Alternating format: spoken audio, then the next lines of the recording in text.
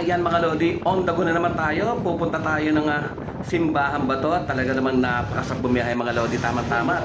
Hindi mainit, makulimlim. Kaya naman napakasarap bumiyahe. Ang ganda ng hangin. Hindi mabanas, hindi mainit. Kaya naman smooth na smooth ang takbo natin mga Lodi. Kaya yan, dire-diretso tayo at panoorin nyo kung paano natin napuntahan ang simbahang bato. Nag-almusal muna kami dyan mga Lodi sa bandang Talisay at talaga namang simple ang kanilang pagkain pero may sarap sabi nga. Sabi nga yung authentic na sinasabi natin Loming Batangas talaga namang ramdam na ramdam namin dyan mga Lodi. Kaya naman siyempre hindi pa kami nag-almusal dyan kaya sabak agad kami sa kainan sa kanilang pinagmamalaking Loming Batangas. At pagkatapos mga Lodi siyempre biyahe na uli tayo, dire-diretso tayo papuntang simbahang bato. Kita nyo naman ang mga kapaligiran dyan mga Lodi. Talaga naman mamamangha ka sa ganda ng tanawin, ang bulubundukin at ang kaliwang parte naman ay ang karagatan na tinatawag nating Taal Lake. Kaya naman ay napakasarap ng simoy ng hangin, napakasarap bumiyahe pag ganyan naman ang iyong pupuntahan. Talaga namang smooth na smooth sabi nga. Kaya naman ayan, dire-diretso biyahe natin. Ang sarap tingnan at damhin ng simoy ng hangin. At syempre, mapapatigil ka pag may magandang tanawin. Yes, katulad nito. Sa likuran natin, Taal Lake.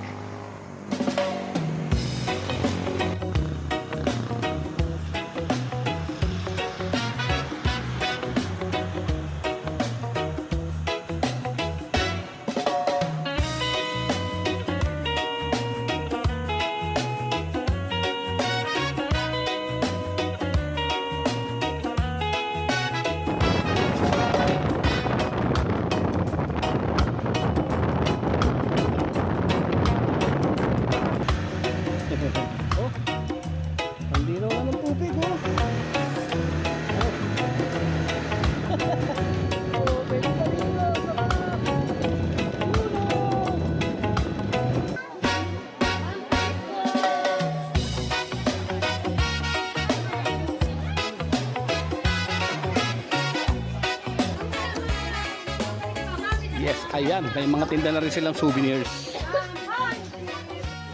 At sa wakas narating na rin namin na simbahang bato. Talaga namang namangha kami sa una naming masilayan ang simbahang bato. Talaga nang ma-amuse ka. Kakaiba, iba ang mararamdaman mong experience. Talaga namang simple, hindi magarbo, pero merong damdamin na talaga namang mamamangha ka na hindi mo maintindihan dahil ba simple lang siya o kakaiba lang talaga.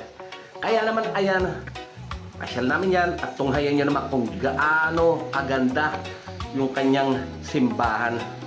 Simpleng-simple pero kakaiba ang makikita mong disenyo na talaga namang mamamangha ka talaga.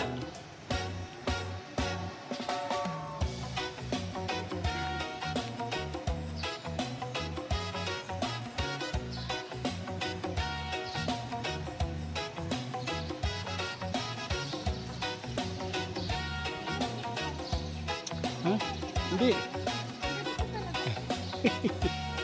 Ito lang yun ang nila dyan. Ito lang. Ito lang.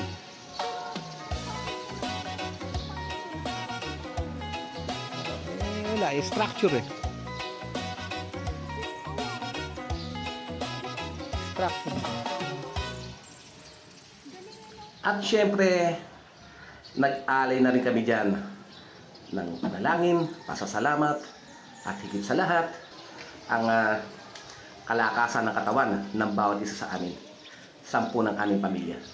Kaya naman habang kami ay nagdadasal dyan ay hindi namin maiwasan ang tingnan ng kapaligiran, ang bawat sulok at detalye ng simbahan bato. Talaga namang hahanga ka talaga. Simple, hindi siya magarbo, pero may kakaibang damdamin na papasok sa pagkatao mo.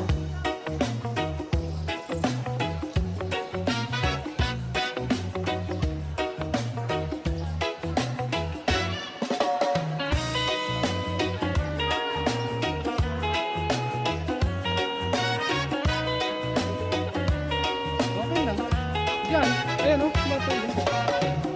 Ito, dito may lagay. Meron na. O, Lodi, lagyan mo rin.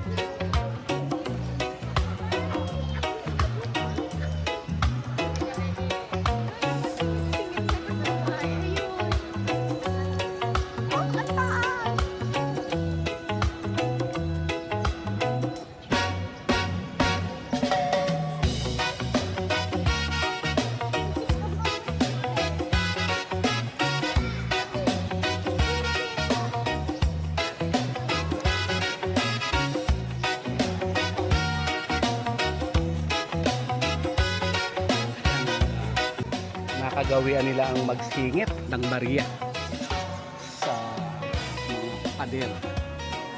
Actually ito ay parang pinaka bundok siya. Ayun po, gaano kataas. Ayun po.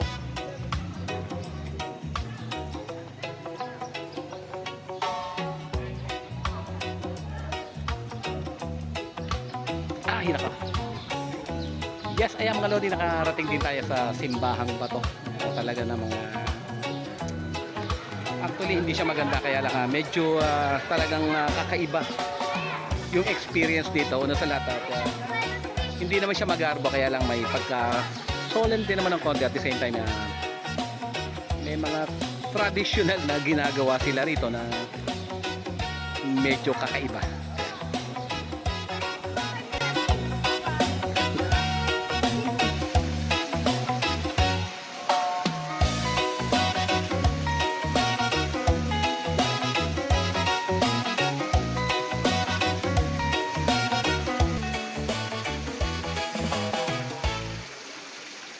At muli nag-alay kami ng konting panalangin para sa aming kalusugan at sa aming pamilya. Gayon din ang taus-pusong pasasalamat sa aming mga biyayang tinatanggap sa araw-araw. Ayan mga lodi, talaga namang siyempre, sinamantala na natin habang kami ay nandyan sa simbahang bato. Ayan, sayang po hindi natin inabot at every Sunday last Sunday of the month ay nagmimisa po dito sa umaga po. Bali isang beses po sa loob na isang buwan. Every last Sunday po of the month, ayan. Kaya po bukas may misa po dito sa umaga.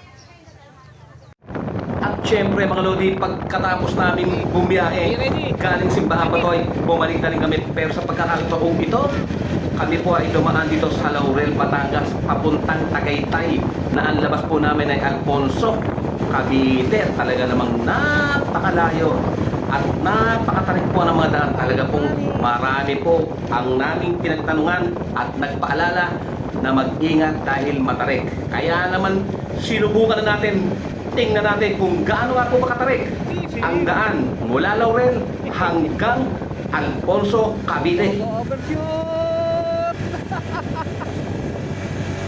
Wag ka mag-overshoot! Matarik nga ni. Talaga namang sa simula pa lamang ay napalaban na kami sa matinding ahunan. At yung pala ay talagang dire-diretsong puro pataas po ang ating dadaanan. Talaga pong walang humpay na talaga namang ang hirap ng biyahe dito. Makikitandaan, medyo iba, maluwag din. Pero maano nun ay ang nakakalulang tanawin sa gilid ng bundok na ito. Ang ganda. Mami? Ayun yung dinaanan natin, mami. Ayun! Ayun yung dagat, ayun! Ayun! Ang layo na talaga narating natin. Hindi nakakabahan si mami. Walang katao-tao. Ang tarik pa. Oh, tara na. Go, go, go. Matarik nga ni.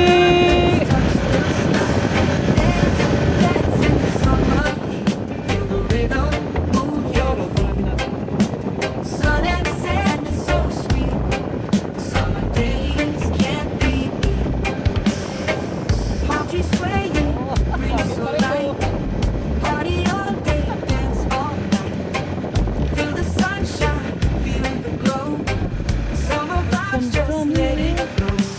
Dance, dance in the sun.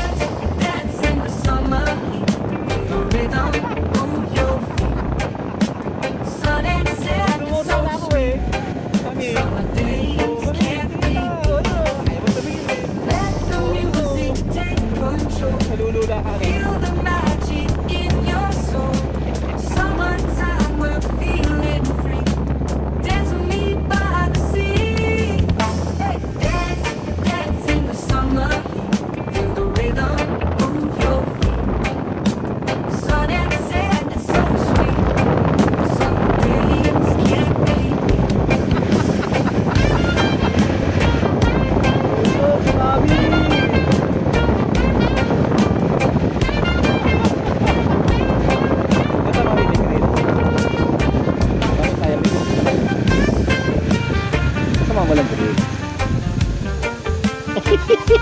Yun, dami yun, baga.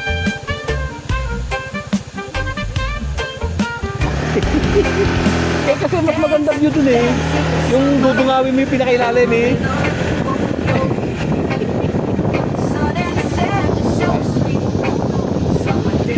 Kahit pa ako nalulula eh.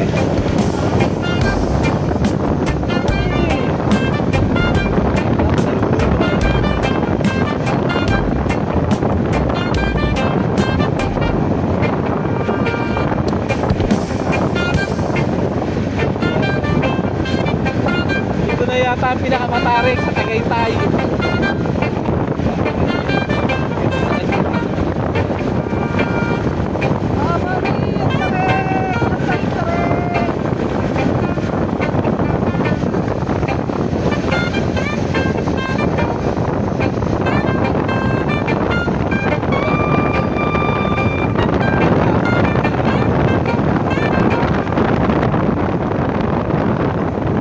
Pataas pa rin!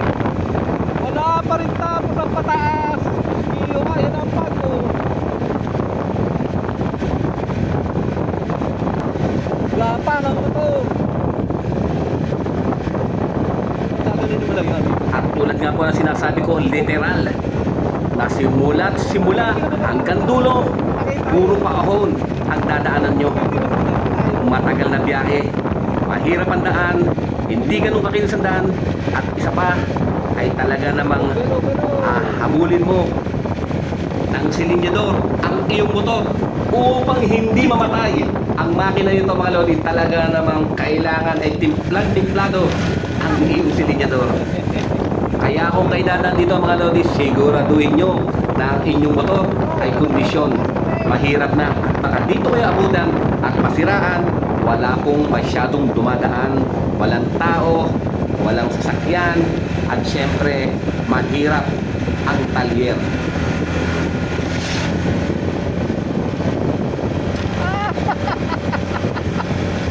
Mami!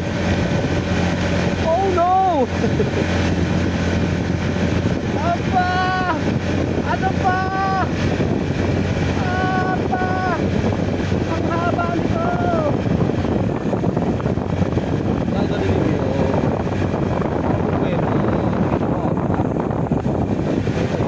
Ano ba? Ingat mo! Ayun ang pato! Obra pa yun! Pataas pa tayo sa pan!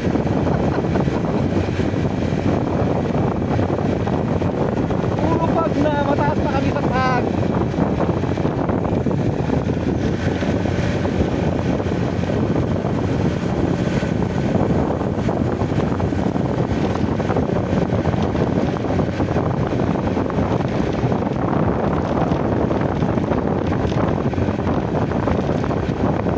Ang lamig na kami. Lamig! Lamig, lamig!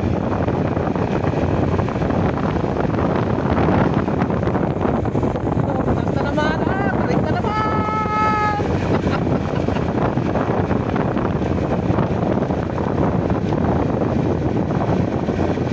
Matang ubos ang pangat!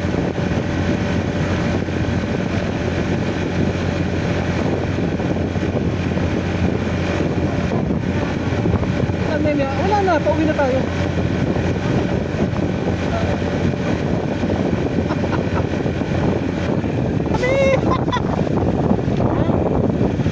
Lalayo tayo. Mami, oh, puro pag.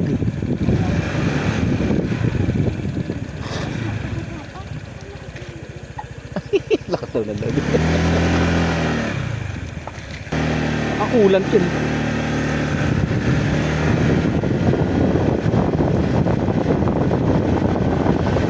Meron kang lakas pa natin. Paano ang maganda yung pababa.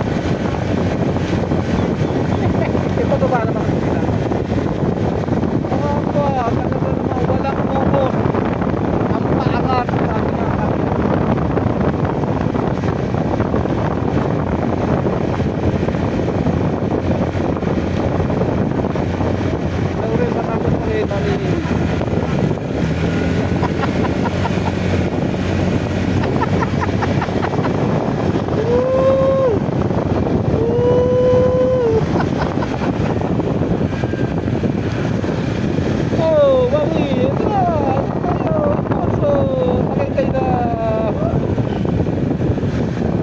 Pamilya! Woo! Oh, Tagaytay Alfonso. Oh. Boss, patagaytay na. Patagaytay. Ito yung mga bakahan, no? Ito. Alfonso. Ito, mami, ang ito, Dasugbu. Ayan mga lodi, Alfonso na tayo. Dito tayo sa boundary ng Nasugbu, Laurel at Tagaytay. Punta tayo Tagaytay.